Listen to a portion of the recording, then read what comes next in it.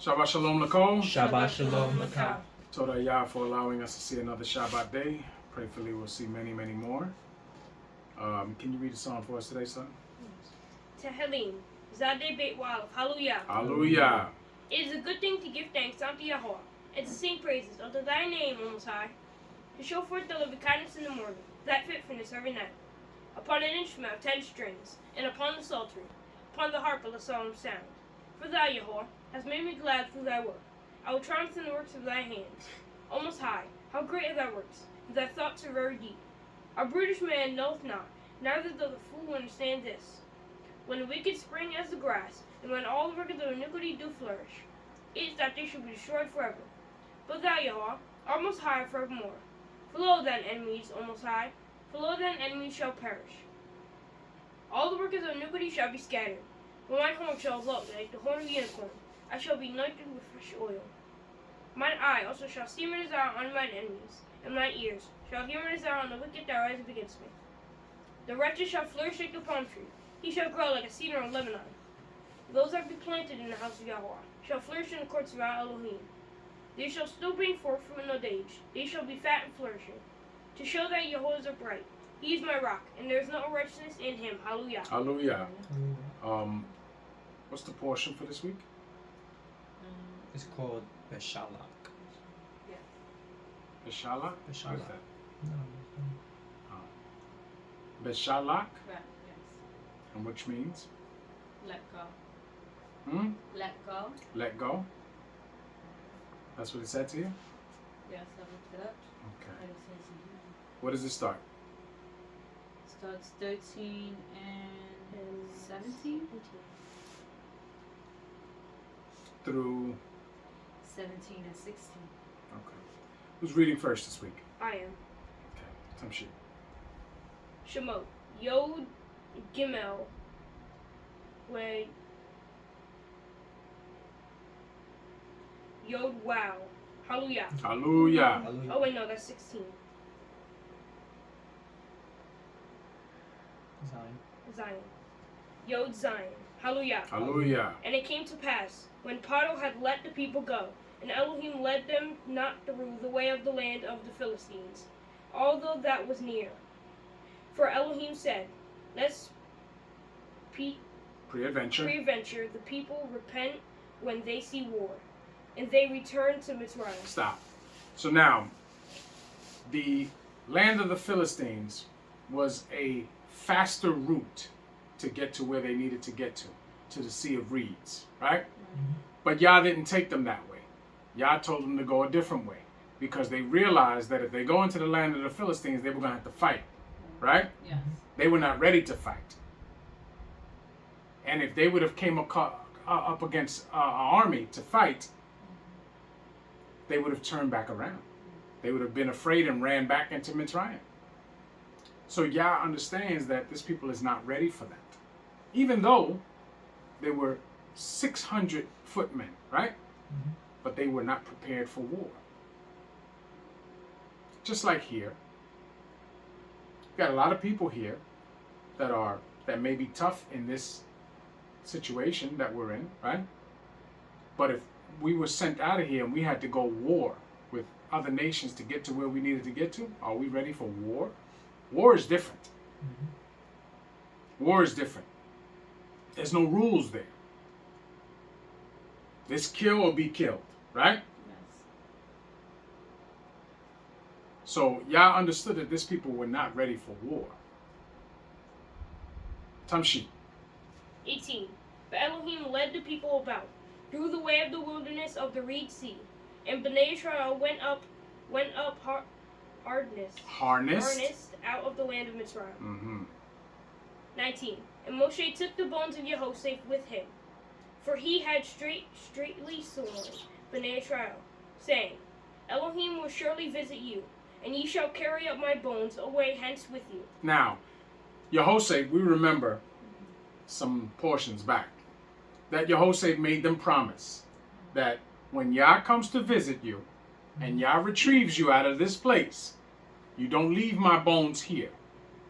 Now, we do understand that his bones are not him. Okay? But he didn't want his final resting place of his body to be in Mitzrayim, because he was not one of them. He wanted his resting place in the land of Canaan, which is where he belonged, right? Yes. And they did it. Now this is many years after he's been dead. Moshe never met Yehoseph. Never met Yehoseph. So he's been dead a long time. And remember, he was buried the way that they buried the pharaohs, right? He was embalmed and he was wrapped. He was mummified, is what they call it, right? And that is a preservation of the body. So if he only had bones left, that means that he'd been there a long time, right? Tamshi. 20. And they took their journey from Sukkot and encamped in Etam. Etam, in the edge of the wilderness. 21.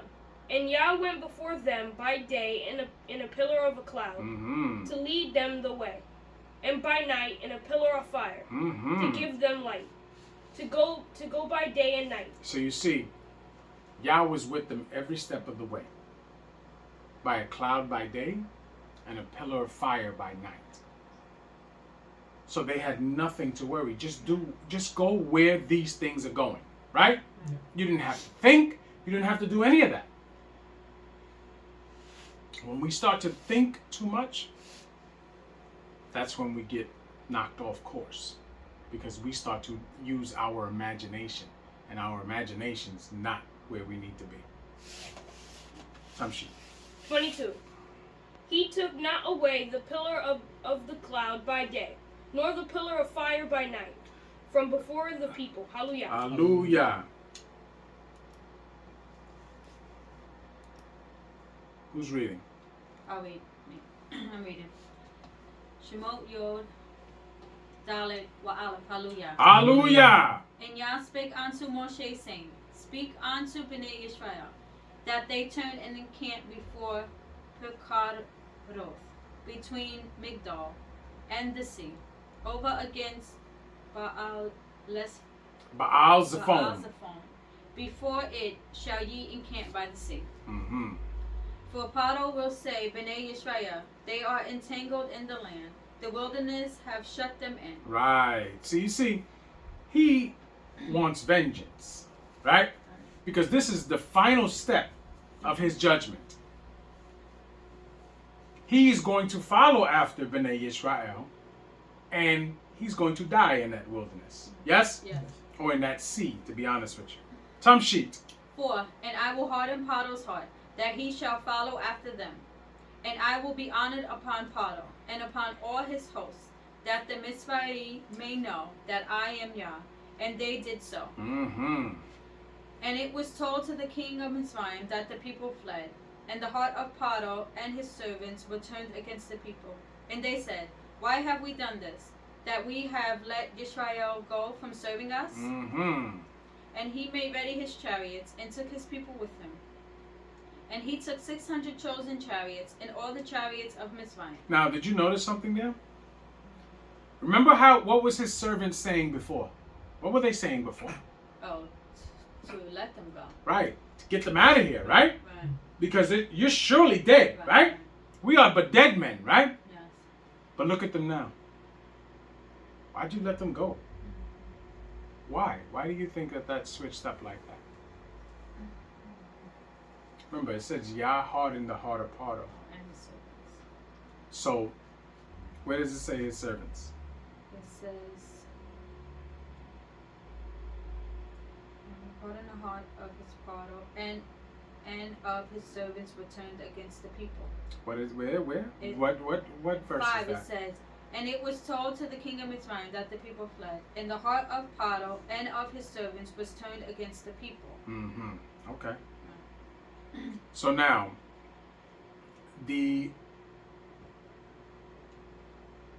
this is the point where they're egging each other on now, right? To complete what needs to be done. They don't realize it though. they don't realize it. They're not allowed to realize it. But they're going into certain death. Tamshi. Okay, I'm in the middle of 7. And all the chariots of Mizraim, and the captains over every one of them. And Yah hardened the heart of Paro, king of Mizraim, and he pursued after Bnei Yisrael. And Bnei Yisrael went out with an high hand. So now, he took his whole army. You remember that this whole thing began because he had just got out of war to take over Mitzrayim. And his army was already depleted. So he looked upon Bnei Yisrael and saw how many men there were. And that's where his mindset began. So now he's taken all of his army to go do this. When men go to war, they normally don't take all of their army to go. Some have to stay back and guard the land. He did not do that. He took all of them. But there's a reason for that. Because that whole regime is going to die. What's going to be left in the land is whatever people didn't leave, didn't flee. Not the army, but whatever people that were there, their servants, their slaves, all of that stuff. They're the people that are left in Mitzrayim. Tamshi. 9. But the Mitzrayim pursued after them, all the horses and chariots of Paro, and his horsemen, and his army, and overtook them encamping by the sea, besides Pikaroth, before Baal Zephon. And when Paro drew nigh, Bnei Yisrael lifted up their eyes, and behold, the Mitzrayim marched after them, and they were sore afraid. And Bnei Yisrael cried out unto Yah. So now they can see them coming, right? And now they're afraid. Tamshi. 11. And they said unto Moshe, because there were no graves in Mitzrayim, hast thou taken us away to die in the wilderness? Wherefore hast thou dealt thus with us, to carry us forth out of Mitzrayim? Now, what does that tell you by that statement? What do you gather by that statement? They didn't want to leave. They wanted to go. These people have no trust in Yah. Do you understand? These people have no trust in Yah. The 40 years that are going to come for them to stay in the wilderness is for them to begin to trust in Yah. Not this generation, not the second generation that came out, but the ones that come after them. Because as we see, the second generation does too much to go further. They can't.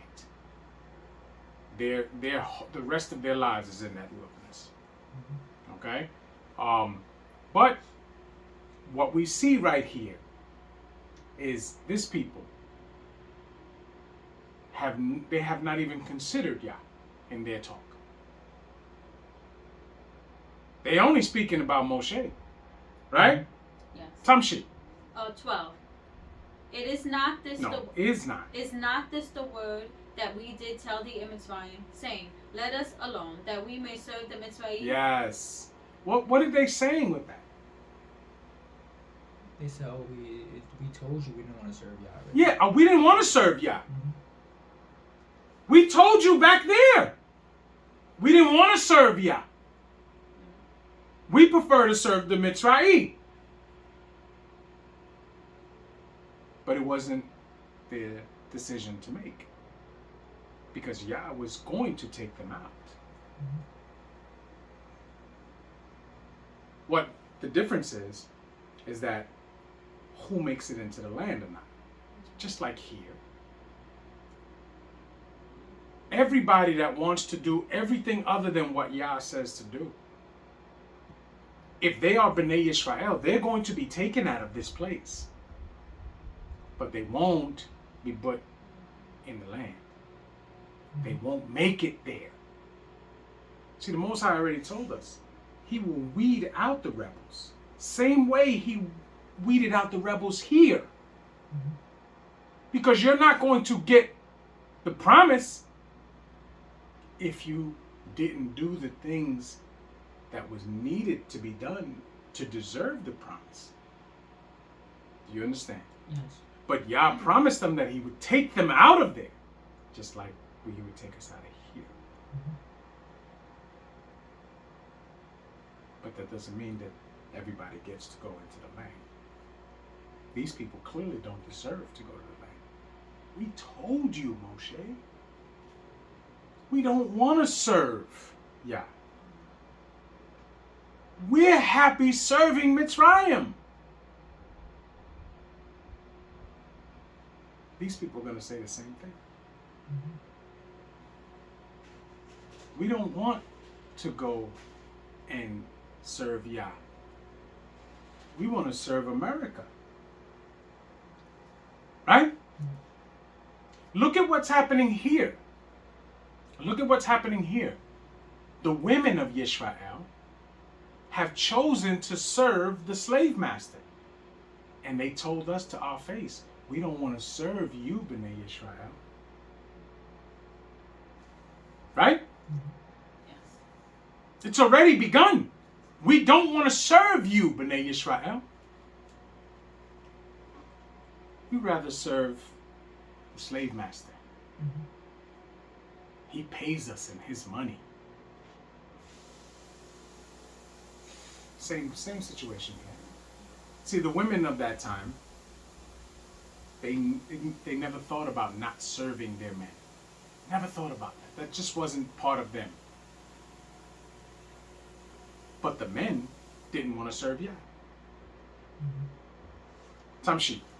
For it had been better for us to serve the Mitzrayim than that we should die in the wilderness. Right. So now this in their mind. It's better to serve the enemy than to die in the wilderness. But that's not what Yah told them. Yah told them, I'm giving you salvation. All you have to do is come out and serve me. They would have lived their lives to the fullest. But they couldn't see that. Because their eyes were fixated on this. Let's just keep up. Right? Right. Tamshi. Oh, hold on 1 second. 13. And Moshe said unto the people, Fear ye not, stand still, and see the salvation of Yah, which he will show to you today. For the Mitzrayim who... Read that again. Where are you? I'm at 13. Okay. And Moshe said unto the people, Fear ye not, stand still, and see the salvation of Yah. So Moshe tells the people, fear ye not. Relax. Stand still. For today, you will see the salvation of Yah. Right? Right. Yes. What are they going to see today? They're gonna see the thing that they want God. Right before their eyes. The same people they want to continue to serve, they're going to see them die before their eyes. Tamshi. Okay, I'm in the middle of 13. For the Mitzrayim, whom you have seen today, ye shall see them again no more forever. For the Mitzrayim, which you see today, you will see no more forever. Because they are going to be wiped out. There's no way around it. Tamshit. 14. Yah shall fight for you, and ye shall hold your peace. Yah shall fight for you, and ye shall hold your peace. Yes? Yes. Tamshit. 15. And Yah said unto Moshe, Wherefore criest thou unto me? Speak unto B'nai Yisrael, that they go forth. So now, what did Moshe do? He prayed to you. Moshe went and cried out before Yah. Yah says, what are you doing? What are you doing? Go. Tell them to go forward. You are in the position of the shepherd. Tell them to go forward. What I'm going to do, you don't have to worry about. Go make them go forward. What does Moshe have at his disposal to make them go forward? The staff, right? No. No. He has 600 footmen. Yes? Yes. Make them go forward. Not everybody is of the mindset of wanting to go back. Not everybody. Clearly that's not the case. Right? Tamshi. 16. But lift thou up thy rod, and stretch out thine hand over the sea, and divide it, and Bnei Israel shall go on dry ground through the midst of the sea. Tamshi.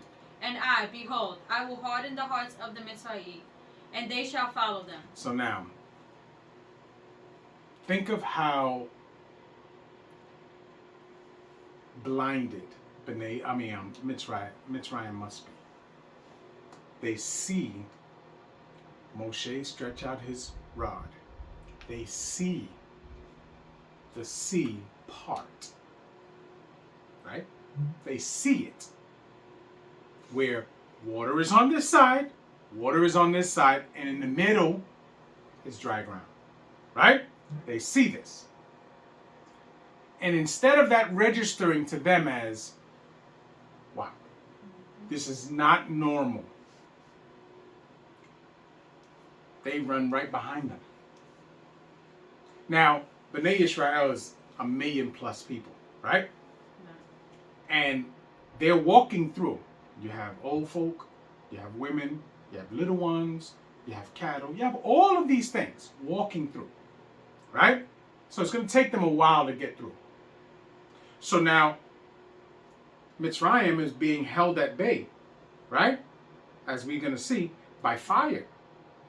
They can't get past. But even watching that, it doesn't register to them. Their Elohim is not playing. There's no way that we can get to them. We're not going to be allowed to get to them. But that doesn't cross their mind because their hearts have been hardened. All they see is red.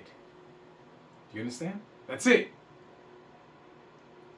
You know when you ever seen the bullfighting and the guys come out with the red cape? When a bull sees red, all he does is attack. Right? So there's no stopping that bull. You have to get out of the way. That bull is coming. Do you understand?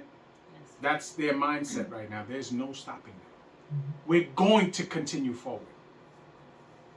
Tamshi. Okay, in the middle of 17. And I will get my honor upon Paro, and upon all his hosts, upon his chariots, and upon his horsemen. Yes, sir. And the Mitzrayim shall know that I am Yah, when I have gotten me honor upon Paro, upon his chariots, and upon his horsemen. And the Malach of Elohim, which went before the camp of Yisrael, removed, and went behind them. And the pillar of the cloud went from before their face, and stood behind them. So now, the pillar of the cloud, right? Which we understand the cloud, what's in the cloud, right? What's in the cloud? Yes. But in a sense, Yah is in the cloud because Yah sends the Malachim to protect us, right? So the Malachim are in the cloud. The cloud is a figurative term. It's because the people can't see what's in the cloud, right? Yes. Moshe can see what's in the cloud. They can't because they are blinded to what's really there. Do you understand? Because their hearts are not toward Yah. See, when your heart is not toward Yah, you're blinded from what Yah is doing for you. We see it every day. People walk out of their houses and things are kept away from them, and yet they don't see it. They think it's them that's doing it. They think it's by their hand that things are being kept away from them. We know better than that. We know that it's Yah. That's why we walk around, and when we notice things, first thing we say is Torah Yah. Because we know it wasn't from us. We don't possess that power. Moshe knows what's in that cloud. So the cloud removes from leading them, it goes to the back, and it protects them now. Right? Yes. It goes to the back and it protects them now. Yet they don't know what's in the cloud. Because all they're thinking about is getting back to serve the Mitzrayim. We see it. We all know people like that.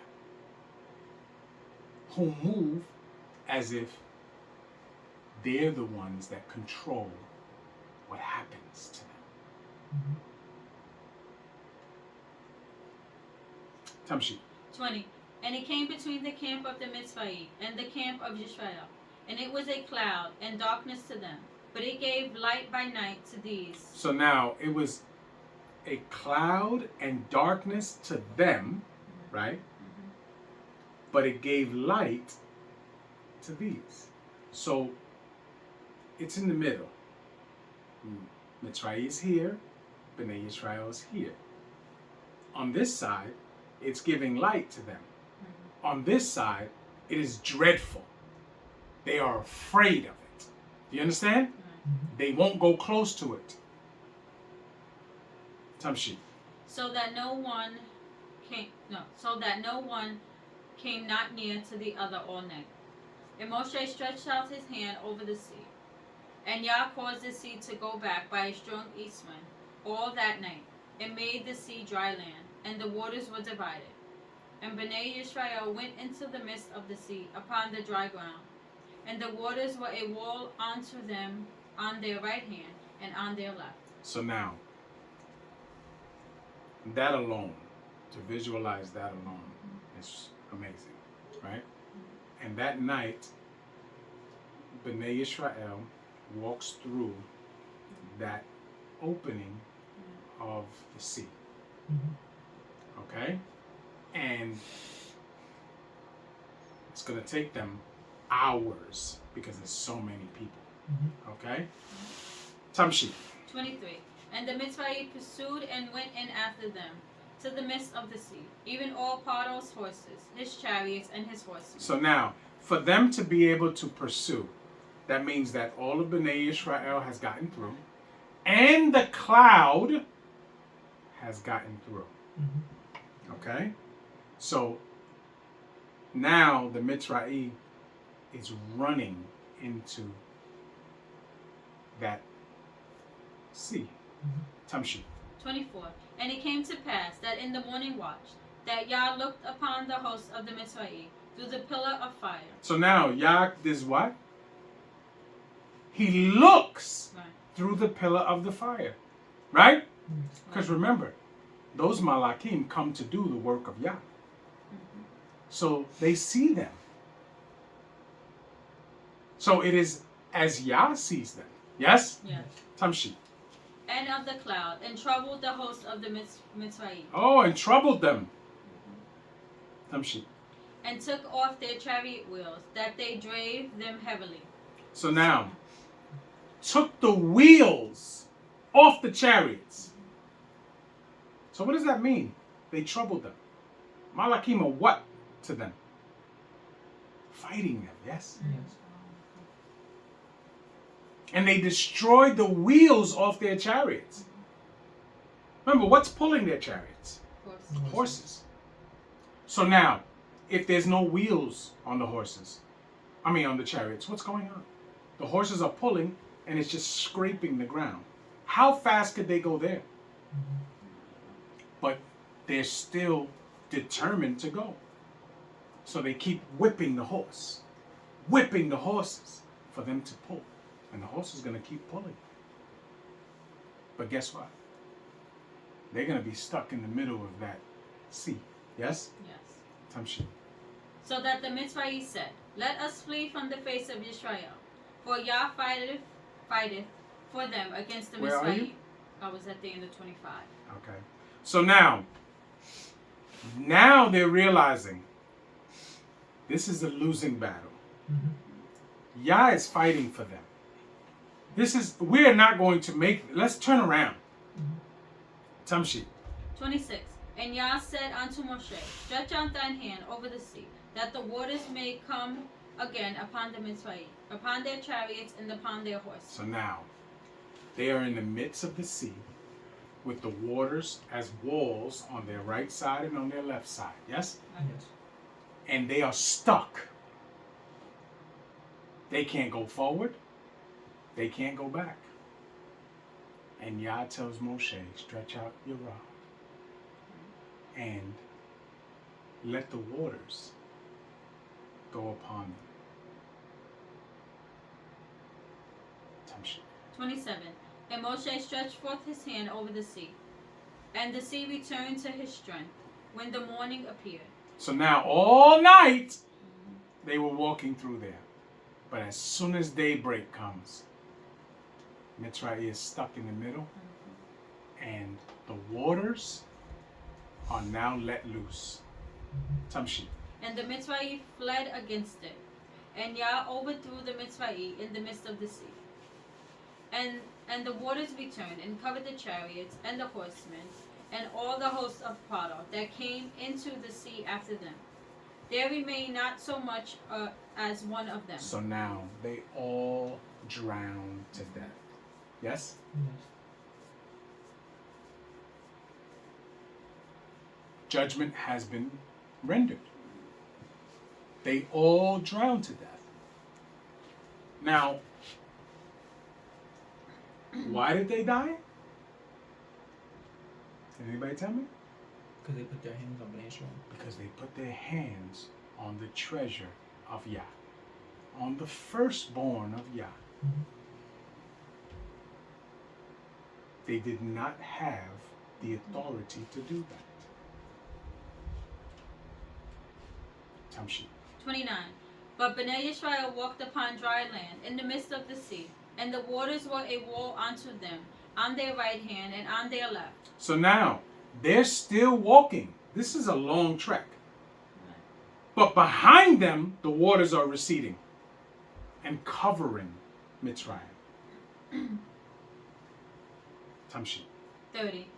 Thus said Yah, saved Israel that day out of the hand of the Mitzrayim. And Israel saw the Mitzrayim dead upon the seashore. And Israel saw the great work which Yah did upon the Mitzrayim. And the people feared Yah and believed Yah and his servant Moshe. So now, hallelujah. They saw this, Right. but it shouldn't have taken them to see this. They saw this, and now they fear Yah. Now they believe Yah. Yes? Yeah. But it's not going to last long. We do know that. Because hindsight, we have hindsight.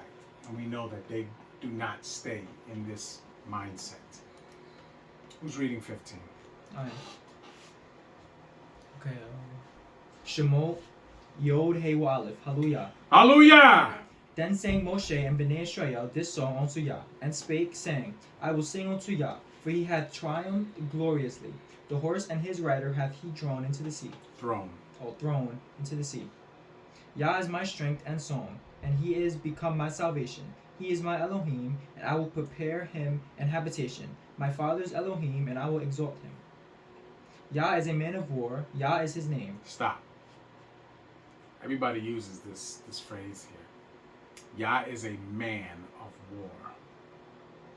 What does that mean?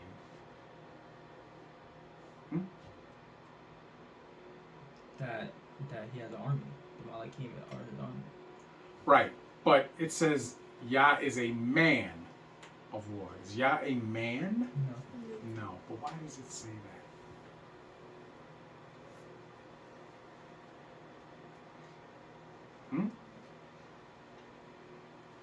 This is called a figurative term. Because who's singing this song? People. Yes? Yes. People are singing this song. So when it says Yah is a man of war, this is a term of endearment. Because they had just been given salvation. But clearly none of them could have even see what was going on, right?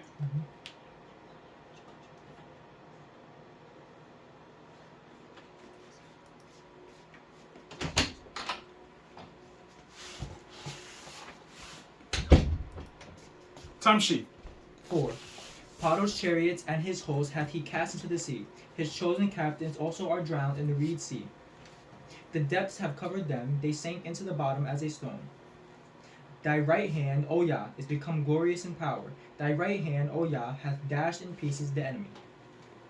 And in the greatness of thine excellency thou hast overthrown them that rose up against thee. Thou sentest forth thy wrath, which consumed them as stubble. And with the blast of thy nostrils the waters were gathered together. The floods stood upright as an heap, and the depths were congealed in the heart of the sea. The enemy said, I will pursue, I will overtake, I will divide the spoil. My lust shall be satisfied upon them. I will draw my sword, and my hand shall destroy them. Thou didst blow with thy wind, the sea covered them. They sank as lead in the mighty waters. Mm-hmm. Who is like unto thee, O Yah, among the Elohim? Who is like thee, glorious in Kwadosh, fearful in praises, doing wonders? Thou stretchest out thine hand, the earth swallowed them. Thou in thy mercy hast led forth the people which thou hast redeemed. Thou hast guided them in thy strength unto thy Kwadosh habitation. Mm-hmm.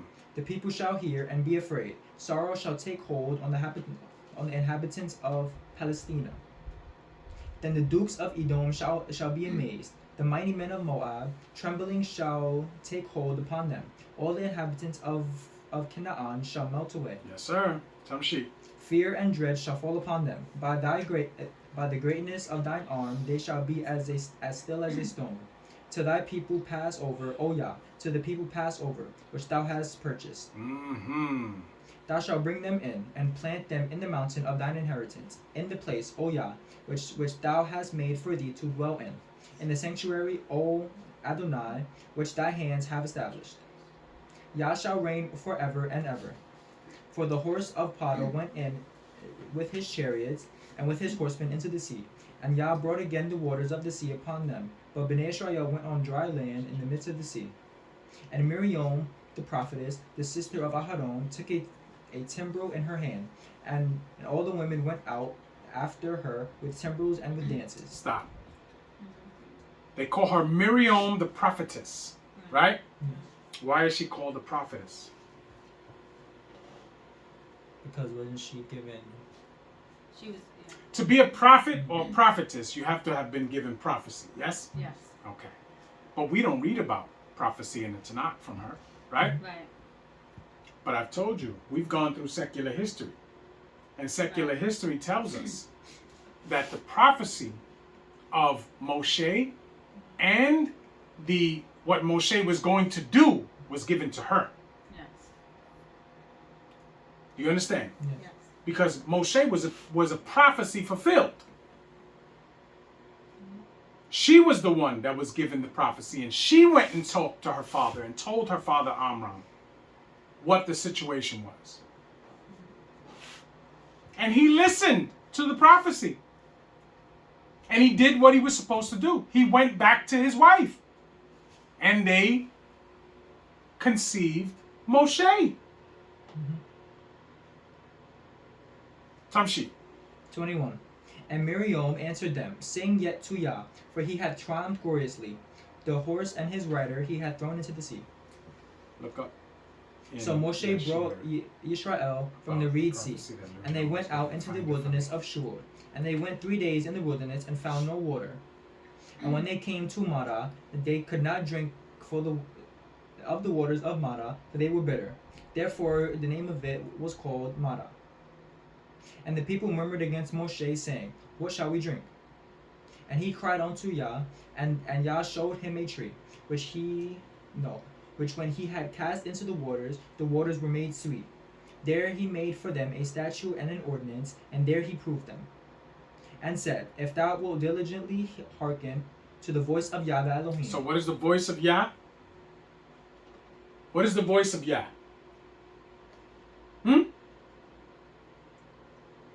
Somebody have an answer. What is the voice? The commandments. Yes? Yeah. The commandments. The voice of Yah are his commandments. Yes? Yes. Tamshi. I'm in the middle of 26. And will do that which is right in his sight, and will give ear to his commandments, and keep all his statutes. I will put none of these diseases upon thee, which I have brought upon Mitzrayim, for I am Yah that healeth thee. And they came to Elim, where were 12 wells of water, and 70 palm trees, and they encamped there by the waters. Hallelujah. Hallelujah. 70 palm trees. How much is that? 70. You notice how that's the exact same number of people that went into Mitzrayim? Yes? 70 souls, right? Joshua 68. Yashir 68. And 1.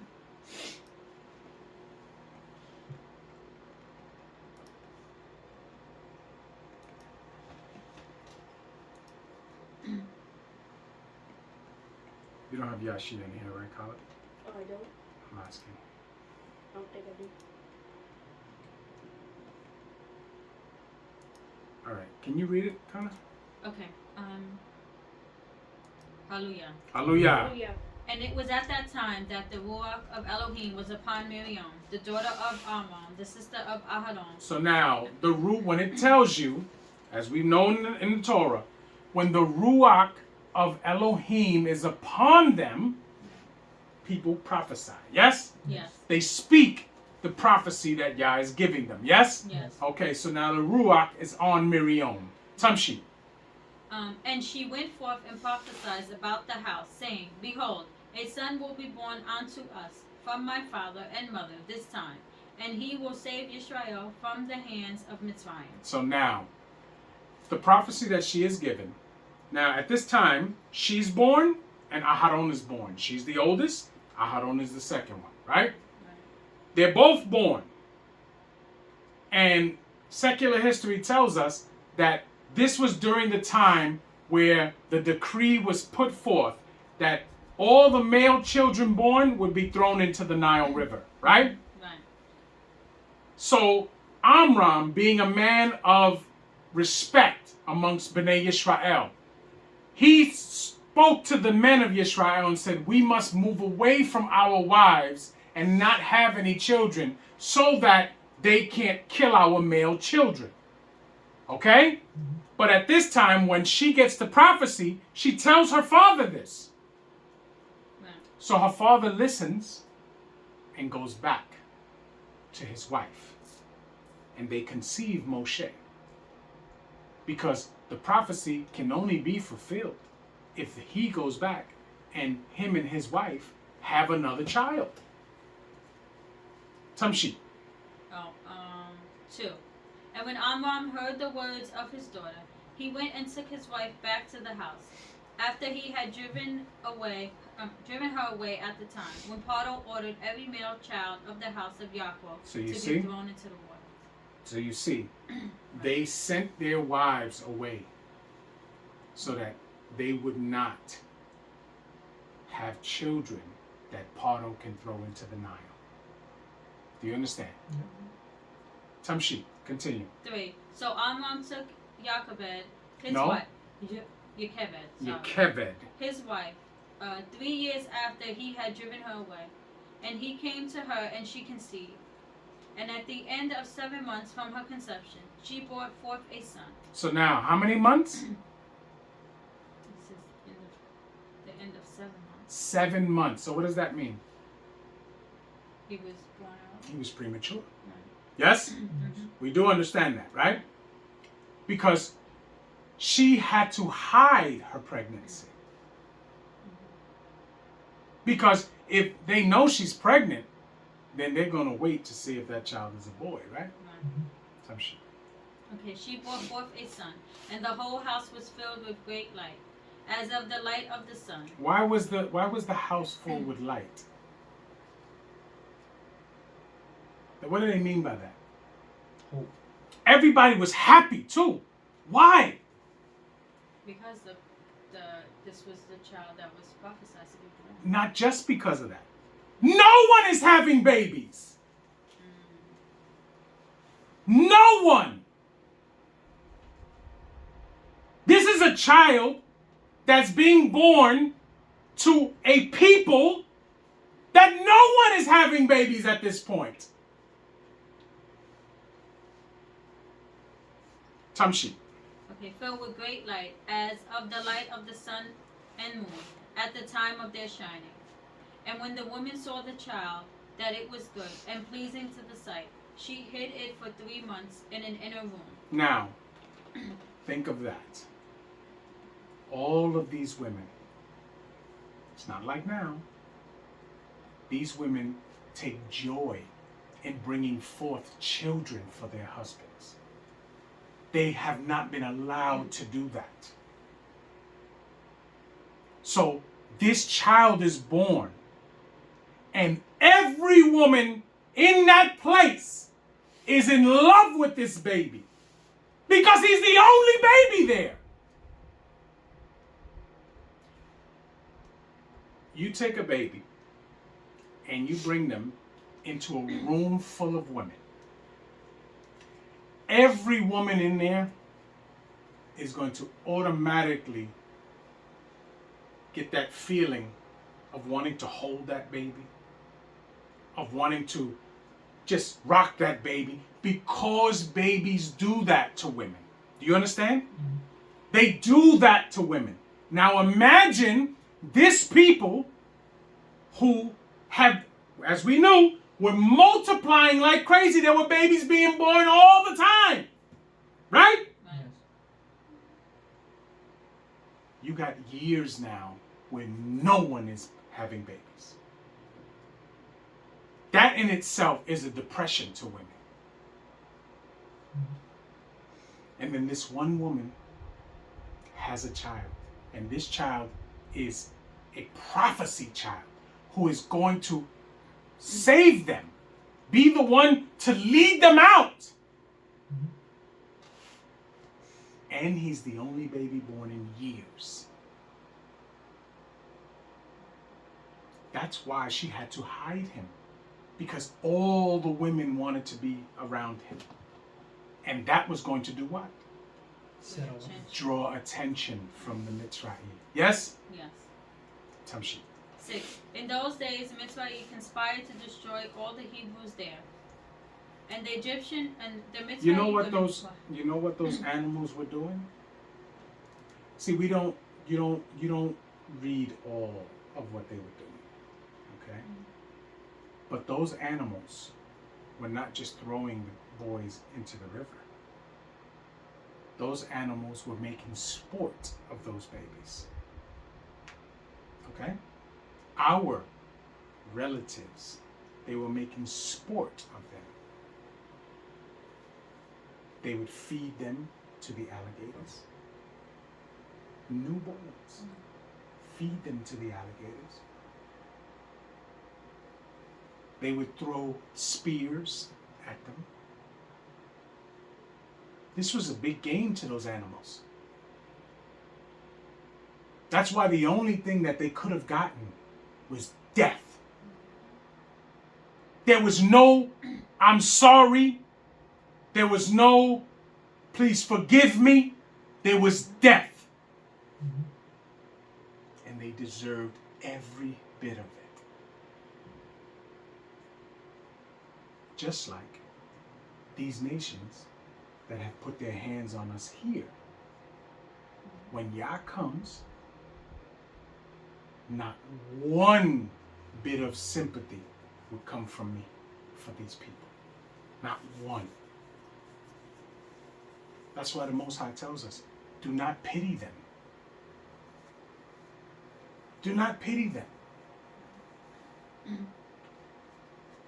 Tamshi, go back to the portion. Oh. Who's reading the portion? We haven't started yet? No. Okay, so who's reading the portion? I'll read it. All right. It's just you two that came. Okay, Shemot, Yod, Waw, Aleph. Hallelujah. Hallelujah! And they took their journey from Elim, and all the congregation of Bnei Israel came What unto the chapter wilderness is of Sin, No. which is between Elim and Sinai, on the 15th day of the 2nd month after their departing out of the land of Mitzrayim. And the whole congregation of Bnei Israel murmured against Moshe and Aharon. So now, they were just singing songs of praise to Yah. Yes? Yes. And now they are murmuring against Moshe.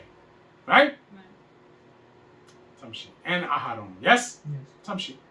And Bnei Israel said unto them, Would to Elohim we had died by the hand of Yah in the land of Mitzrayim, when we sat by the flesh pots, and when we did eat bread to the full.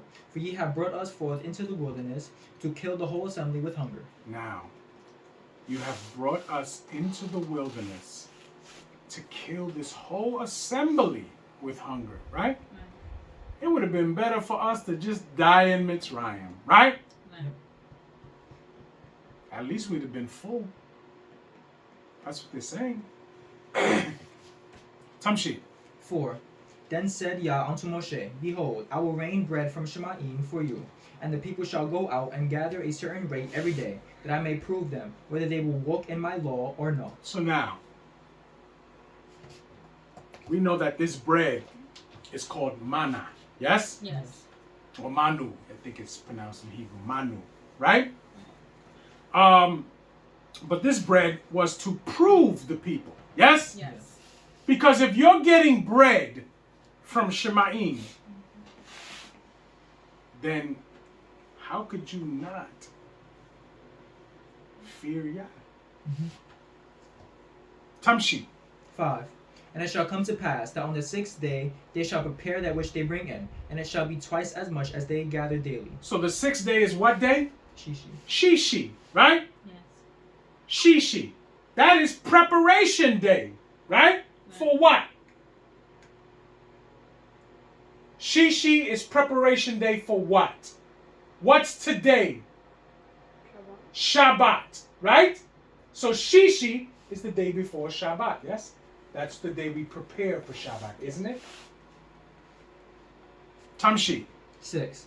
And Moshe and Aharon said unto all Bnei Israel, At even, then ye shall know that Yah hath brought you out from the land of Mitzrayim. And in the morning, then ye shall see the glory of Yah, for that he heareth your murmurings against Yah. And what are we that ye murmur against us? Mm-hmm. And Moshe said, This shall be, when Yah shall give you in the evening flesh to eat, and in the morning bread to the full, for that Yah heareth your murmurings which ye murmur against him. And what are we? Your murmurings are not against us, but against Yah. So now, this is a resounding theme. See, Moshe is still, he's unfazed by this at this point, okay? Mm-hmm. And he tells them, you murmur not against I or Aharon. You murmur against Yah. Mm-hmm. So, by all means, you can continue doing that. It's not going to change what we have to do. Tamshi. 9. And Moshe spake unto Aharon, Say unto all the congregation of Bnei Israel, Come near before Yah, for he hath heard your murmurings. And it came to pass, as Aharon spake unto the whole congregation of Bnei Israel, that they looked toward the wilderness, and behold, the glory of Yah appeared in the cloud. And Yah spake unto Moshe, saying, I have heard the murmurings of Bnei Israel. Speak unto them, saying, At even ye shall eat flesh, and in the morning ye shall be filled with bread, and ye shall know that I am Yah your Elohim. And it came to pass that Let's pause. Let's pause on it. All right, let's go. I'm on 13. And it came to pass that at even the quails came up and covered the camp, and in the morning the dew lay round about the host. And when So now, the quails came up, right? Right. And covered the camp. And in the morning, the dew lay round about the host. So now, they murmured, right? And Yah gave them manu, Yes? Yes. And gave them flesh. Right? Right. Did it say where? Did we read the part where the quails came from? Not yet. Not yet, right? No. Tamshi. 14. And when the dew that lay was gone up, behold, upon the face of the wilderness there lay small round thing, a small round thing, as small as the hoar frost on the ground. And when Bnei Israel saw it, they said one to another, It is Manu, Manu. for they wist not what it was. Right. And What does Moshe- Manu mean?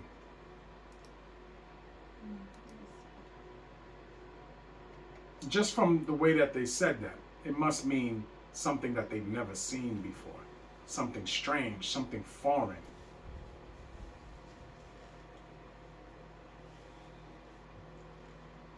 That's Manu.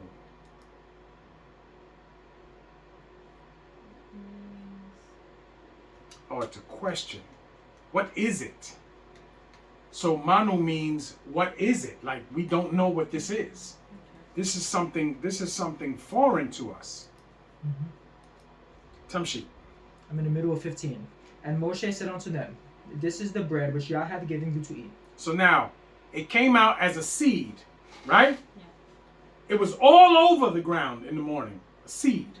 So what do they have to do with that? Like grind it up. Yeah, they gather it. They grind it. Put water to it. Put oil to it. And now you do what? You make bread. Right.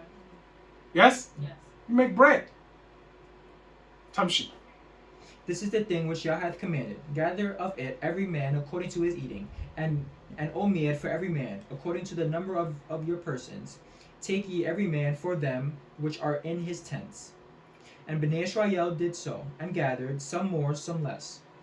And when they did meet it with an omer, he that gathered much had nothing over, and he that gathered little had no lack. They gathered every man according to his eating. So now, it was always enough. Always enough.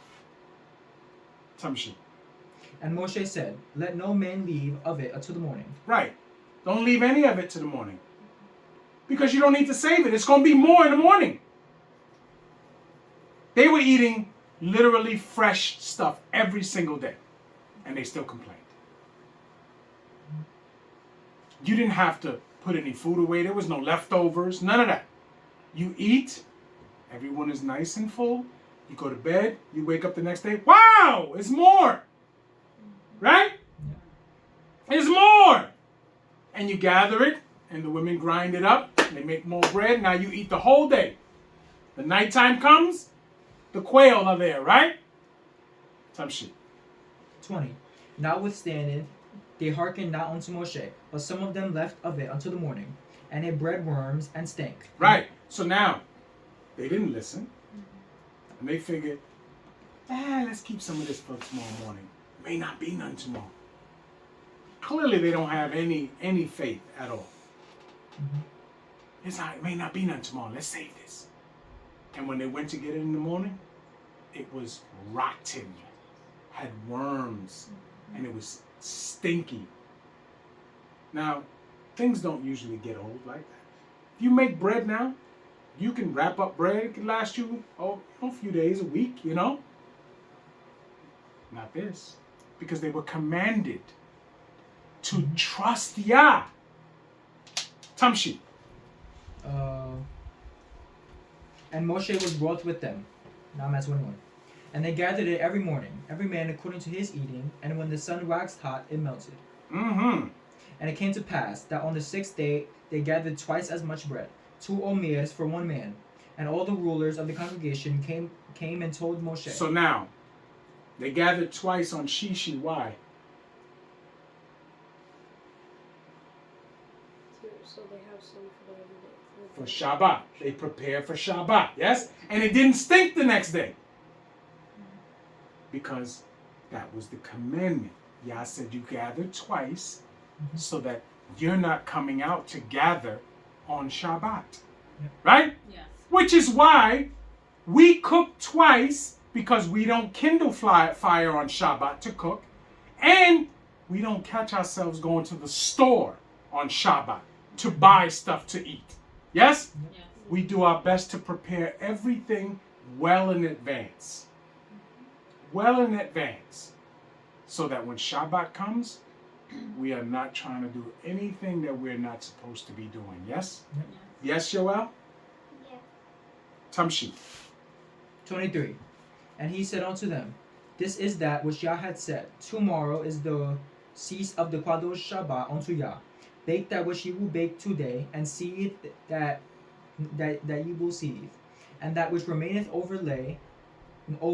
lay up for you to be kept until the morning. Stop. Let me ask you a question.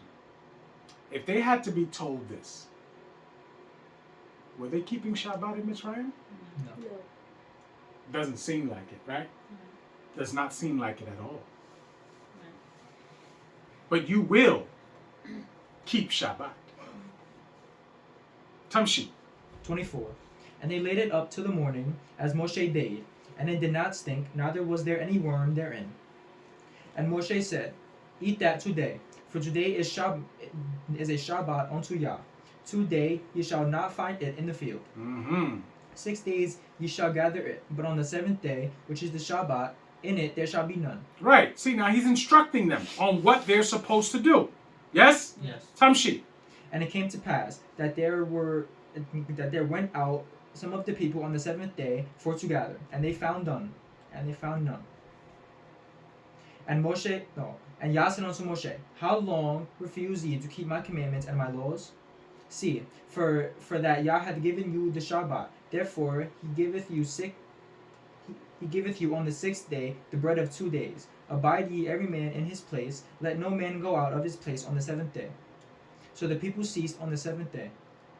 And the house of Israel called the name thereof Manu, that's what I said? Manu. And it was like coriander seed, white, and the taste of it was like wafers made with honey. Now think about that. That sounds delicious. That sounds delicious. Tamshi. And Moshe said, This is the thing which Yah commandeth. Fill an omer of it to be kept for your generations, that they may see the bread wherewith I have fed you in the wilderness, when I brought you forth from the land of Mitzrayim. And Moshe said unto Aharon, Take a pot, and put an omer full of manu therein, and lay it up before Yah, to be kept for your generations. As Yah commanded Moshe, so Aharon laid it up before the testimony to be kept. And Bnei Israel did eat manu 40 years, until they came to a land inhabited. They did eat manu until they came unto the borders of the land of Canaan. Now an omer is the 10th part of an ephah. Hallelujah. Hallelujah. Now, we got an overview there because they're going to go into that a little bit more deep. Okay? They're going to talk about the quails being brought in from the water, yes, into piles, right? Which is why I don't believe that they were birds. I believe that they were a form of fish, okay? They also mentioned that there were people that went out on the Shabbat day to try to gather manu, right? Yeah. And we're going to read about one in particular, man, that they bring him and they catch him doing it, right? He was gathering sticks on the Shabbat, right? Yeah. And Moshe asks, what shall be done with him, right? And the Moshe says, you know the answer, right? And they have to stone him with stones, yes? Yes. Do you know who that man was? Because they don't name that man there. But do you know who that man was? No? No. Because you know nothing is random in the Torah, right? That is, the situation is going to come up later on, right? The man that was gathering stones, wood on the Shabbat was none other than Zelophehad. Okay? That's why when his daughters make their petition to Moshe, they specifically tell you, our father did not die with the company of Korach, but he died in his own sin. Not that he died of old age, because no one died of old age in this. He died in his own sin. And the only other situation you see of someone breaking the commandment of Yah is the man that was gathering sticks on the Shabbat. Do we understand? Yeah. And then later, when they come to make petition for Moshe, it should ring in your mind as if to say, wait a second. We know why everyone died in the wilderness. But this guy, he just has a random death? No, it's nothing random. Who's reading 17? I will. Okay, Shemot, Yod, Zion, wa Aleph, Hallelujah. Hallelujah! And all the congregation of Bnei Yisrael journeyed from the wilderness of Sin, after their journeys, according to the commandment of Yah, and pitched in Rephidim. And there was no water for the people to drink. Wherefore the people did chide with Moshe, and said, Give us water that we may drink. And Moshe said unto them, Why chide ye with me? Therefore do ye tempt. Wherefore do ye tempt Yah? So now, wherefore do ye tempt Yah? Why are you chiding with me? I have to wait for water just like you. See, I never could understand. This people get angry with Moshe and with Aharon, as if Moshe has a refrigerator full of water in his tent. Right? Because that's what the people do here. The slave masters do that here. They have an abundance of everything. And they make us beg for everything. Right? Right. That's not what's going on here. Moshe is under the same conditions as them. The difference is Moshe knows that Yah is going to provide. They refuse to understand that. Tamshi. 3. And the people thirsted there for water. And the people murmured against Moshe, and said, Wherefore is this that thou hast brought us up out of Mitzrayim, to kill us and our children and our cattle with thirst? Now, is anyone dying? No. No. They haven't seen anyone die, except for the Mitzrayim. But yet, the imagination of their mind has created this narrative, this scenario. We see this with people today. They will make up a narrative that fits what they want people to perceive as truth. But when you do the research, none of that happened to them. None of it. But they need the story, because the story is what makes it true for them. And this is what these people are saying. They're making up a narrative that is not true. Tamshi. 4. And Moshe cried unto Yah, saying, What shall I do unto this people? They be almost ready to stone me. And Yah said unto Moshe, Go on before the people, and take with thee of the elders of Yisrael, and thy rod wherewith thou And thy rod, which wherewith thou smotest the river. Take in thine hand and go. Behold, I will stand before thee there upon the rock in Koreb, and thou shalt smite the rock, and there shall come water out of it, that the people may drink. And Moshe did so in the sight of the elders So of now, Israel. at this situation, the Most High tells him, go to the rock and smite the rock, and it will give them water. Right? Why did he say that?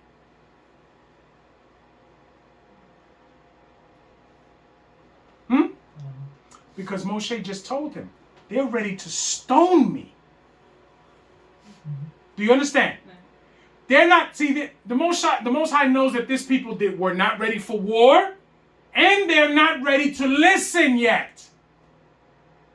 So he says, go smite the rock so that the water can come. And they'll leave you alone for a little bit. For a little bit. You understand? Right. Tamshi. 7. And he called the name of the place Massa and Meribah, because of the chiding of Bnei Yisrael, and because they tempted Yah, saying, Is Yah among us or not? Then came Amalek and fought with Yisrael in Rephidim. And Moshe said unto Yehoshua, Choose us out men, and go out, fight with Amalek tomorrow. I will stand on the top of the hill with the rod of Elohim in my hand. So Yehoshua did as Moshe had said to him, and fought with Amalek. And Moshe and Aharon and Hur went up to the top of the hill. And it came to pass, when Moshe held up his hand, that Yisrael prevailed. And when he let he let down his hand, Amalek prevailed. But Moshe's hands were heavy, and they took a stone and put it under him, and he sat thereon. And Aharon and Hur stayed up his hands, the one on one side, and the other on the other side. And his hands were steady until the going down of the sun. Right, so now, when he had a staff in the air, Yisrael was winning. Yes? Yes. And when the staff came down, Yisrael started to lose. Right? Right. This was their, what they call,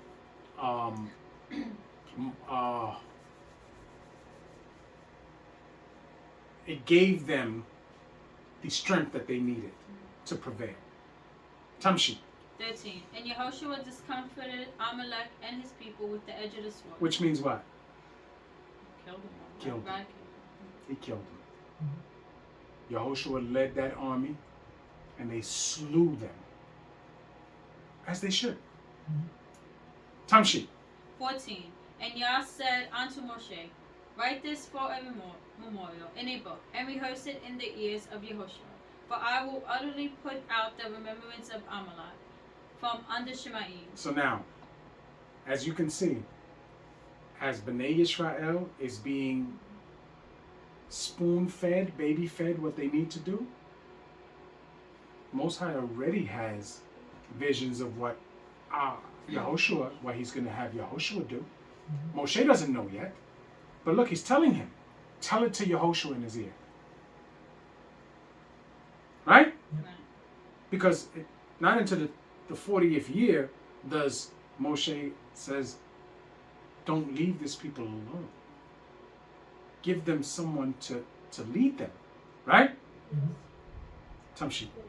15. And Moshe built an altar and called the name of it Yehovah Nasi. For he said, Oh, she's what? calling you. Tell her you're in class. Can you give her a message? Go ahead. 16. For he said, Because Yah has sworn that Yah will have war with Amalek from generation to generation. Hallelujah. Hallelujah. Hallelujah. So now,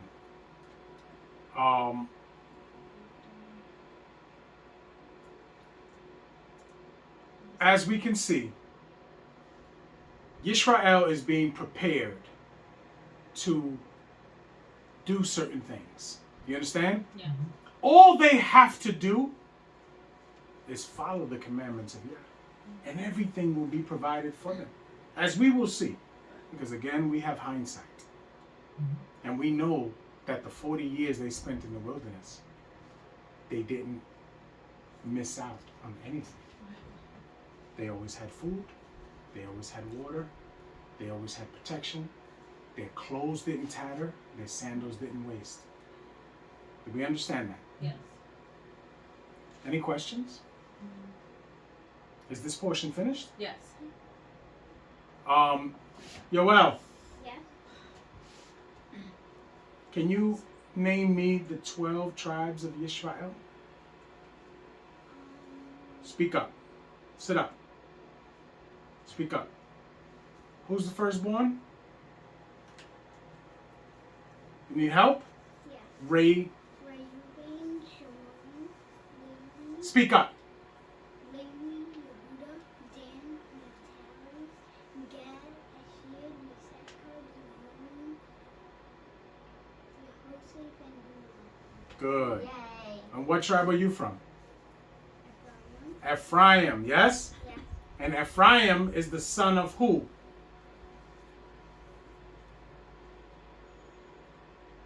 The second to last son is the one right before Benjamin is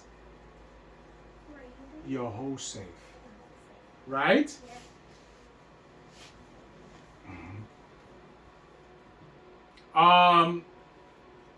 Caleb, what are the plagues, the 10 plagues that Mitzrayim was put under? Okay. Give me an order. The water turned to blood. Okay. The frogs. Okay. The Did you get the words in Hebrew? Oh no. Because blood is the first one is dam. What is frogs in Hebrew?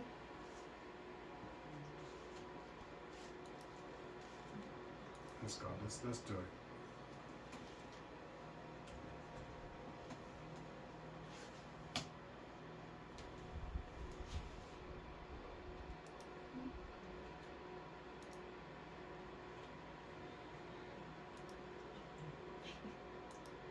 So first one is dam, because we know dam is blood, right? Second one is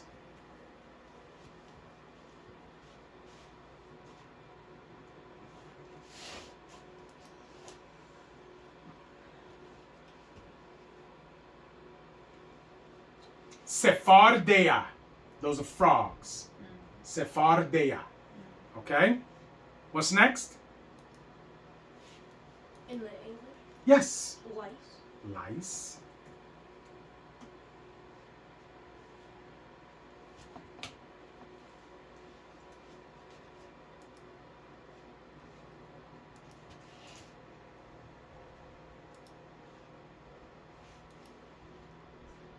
Lice is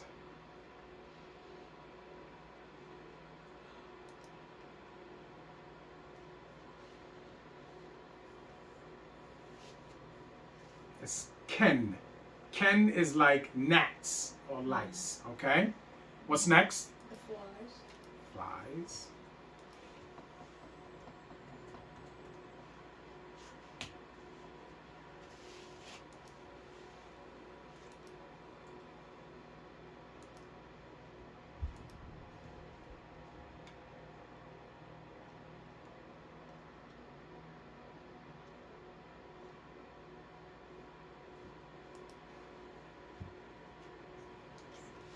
Arob. Arob. Okay? What's next? The cattle of his land Okay, next after that? is boils. Boils.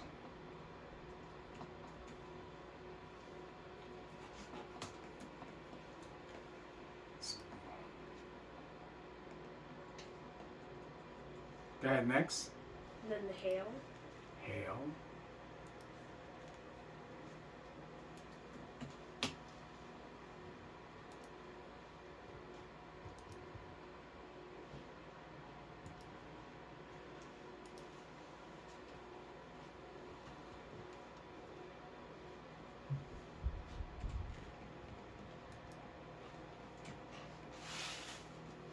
Hail is barad. Barad. Okay, what's next? The locust. Locust. You say hail? Yeah, that was the last one. Barad is hail.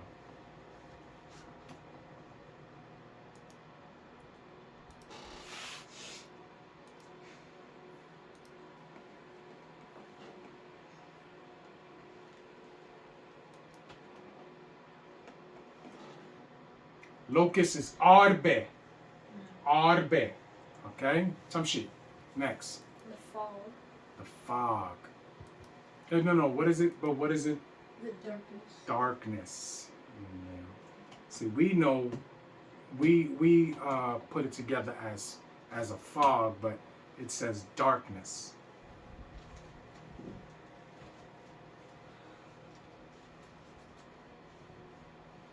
A thick darkness at that.